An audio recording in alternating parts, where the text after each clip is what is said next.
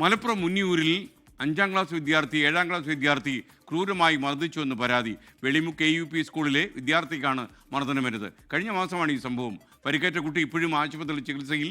സംഭവത്തിൽ അധ്യാപകർക്ക് വീഴ്ച സംഭവിച്ചെന്ന് മാതാവ് സമീറ ആരോപിക്കുന്നു. ഓനെ ആദ്യം മുഖത്ത് നല്ലപോലെ അടിച്ചിട്ടുണ്ട്. ഈ മൂക്കിൻ്റെ ഭാഗം കംപ്ലീറ്റ് പൊട്ടി, ഈ ഭാഗമൊക്കെ ബ്ലഡ് കോട്ടായി കിടക്കുകയാണ്. പിന്നെ ഓന് താഴെ വീണ് താഴെയിട്ട് നല്ലോണം ചവിട്ടി, വയറിനൊക്കെ ചവിട്ടിന്ന്. വരാന്തയിൽ നിന്ന് 1-2 അടിയെ കൊടുത്തിട്ടുള്ളൂ. ബാക്കിയൊക്കെ റൂമിൽ കയറ്റിയിട്ടാണ് അടിക്കുന്നത്. ആ സമയത്ത് തന്നെ ഓൻ 2 തവണ ഛർദ്ദിച്ചിട്ടുണ്ട്. പിന്നെ വീട്ടിൽ നിന്ന് ഒരു 5-6 തവണ വീണ്ടും ഛർദ്ദി തുടങ്ങി. അങ്ങനെയാണ് ഹോസ്പിറ്റലിൽ എത്തിച്ചതൊക്കെ. പിറ്റേ ദിവസമാണ് ബ്ലഡ് വരാൻ തുടങ്ങിയത്. അപ്പോൾ ടെസ്റ്റിലൊക്കെ പറയുന്നുണ്ട് അടി കിട്ടിയ സമയത്ത് തന്നെ ബ്ലഡ് പാസ് ചെയ്തുകൊണ്ട് നിൽക്കുന്നുണ്ടെന്ന്. പക്ഷെ പുറത്തോട്ട് വന്നത് പിറ്റേ ദിവസമാണ്. ടീച്ചർ എന്നെ അറിയിച്ചില്ല, ഒന്ന് വിളിക്കായിരുന്നു. അല്ലെങ്കിൽ കുട്ടി പറഞ്ഞിട്ടുണ്ട് ഞാൻ അങ്ങനെ അടി കിട്ടിയിട്ട് 2 തവണ ഛർദ്ദിച്ചിട്ടുണ്ട് എന്ന് പറഞ്ഞ്. 25-ാം തീയതി ഇവിടെ അഡ്മിറ്റായി. 26 ഓൻ ICUലേക്ക് മാറ്റേണ്ട ഒരു അവസ്ഥ വരെ വന്നിട്ടുണ്ട് ഈ അടി കൊണ്ട്. ഇനി അങ്ങനെ ഇതുപോലത്തെ ഒരു അനുഭവം അവിടുത്തെ ഒരു കുട്ടിക്കും വരരുത്. നമ്മൾ എന്ത് ധൈര്യത്തിലും സ്കൂളിലേക്ക് വിടുക? വല്ലതും പറ്റിപ്പോയാൽ ഇവരെന്ത് മറുപടി പറയും? നിസ്സാര അടിപിടിയാണ് കുട്ടികൾ തമ്മിൽ ഉണ്ടായത് എന്നാണ് കരുതിയതെന്നാണ് സ്കൂളിലെ പ്രധാന അധ്യാപിക വിശദീകരിക്കുന്നത്. Prime time breaking. Sameer bin Kareem മലപ്പുറത്ത് നിന്ന് വിവരങ്ങളുമായി ചേർന്നു. പറയൂ സമീർ.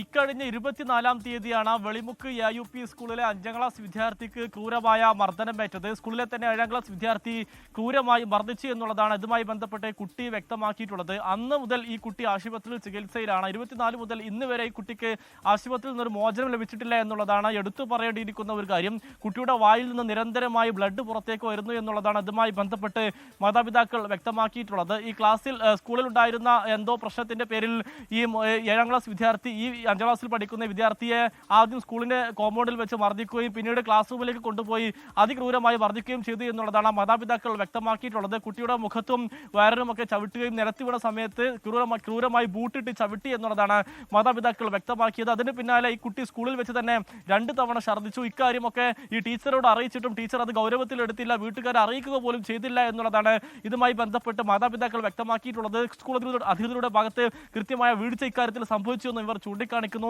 അതിനു പിന്നാലെ കുട്ടി നിരന്തരമായി രക്തം ഛർദ്ദിക്കുന്നു എന്നുള്ളതാണ് ഇതുമായി ബന്ധപ്പെട്ട് മാതാപിതാക്കൾ പറയുന്നത്. കുട്ടി ഇപ്പോഴും കോഴിക്കോട്ടെ ആശുപത്രിയിൽ ചികിത്സയിൽ തുടരുകയാണ്. 24 മുതൽ ഇന്ന് വരെ കുട്ടി ആശുപത്രി ചികിത്സയിൽ തന്നെയാണ് എന്നുള്ളതാണ് എടുത്തു പറയേണ്ട ഒരു കാര്യം. ഇതുമായി ബന്ധപ്പെട്ട് കുട്ടിക്ക് നീതി ലഭിക്കണമെന്ന് ആവശ്യപ്പെട്ടുകൊണ്ട് വിദ്യാഭ്യാസ വകുപ്പിലും തന്നെ സ്കൂളിലുമൊക്കെ തന്നെ പരാതി നൽകിയിട്ടുണ്ട്.